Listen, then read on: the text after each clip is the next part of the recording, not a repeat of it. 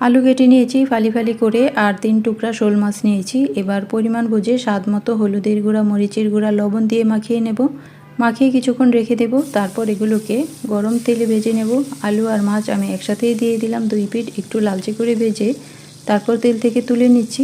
আমি রান্না একটু কম তেলই ব্যবহার করি, কারণ বেশি তেল খাওয়া আবার নিষেধ। তো যাই হোক, ভেজে তুলে নিলাম। এবার এই তেলের মধ্যেই দিয়ে দেব একটু জিরা ফোড়ন, তারপর দিয়ে দিলাম পেঁয়াজ কুচি। পেঁয়াজটা হালকা ব্রাউন হলে এখানে দিয়ে দেব আদা রসুন বাটা। অল্প পানি দিয়ে নেব যেন মশলাগুলো পুড়ে না যায়। এবার স্বাদ মতো পরিমাণ বুঝে আবারও দিয়ে দিলাম লবণ, হলুদের গুঁড়া, মরিচের গুঁড়া, ধনে গুঁড়া, জিরা গুঁড়া। এবার মশলাগুলো অল্প পানি দিয়ে কষিয়ে নেব। তারপর দিয়ে দেব টমেটো ফালি করে কাটা। তো ছোটো সাইজের 2টা টমেটো আমি পিস পিস করে কেটে এর মধ্যে দিয়ে দিয়েছি। এবার ভেজে রাখা আলু আর মাছগুলোও দিয়ে দিলাম।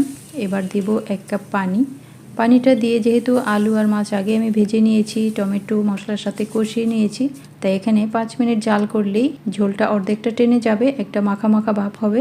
তারপর কাঁচামরিচ আর ধনেপাতা কুচি দিয়ে নামিয়ে নিয়েছি।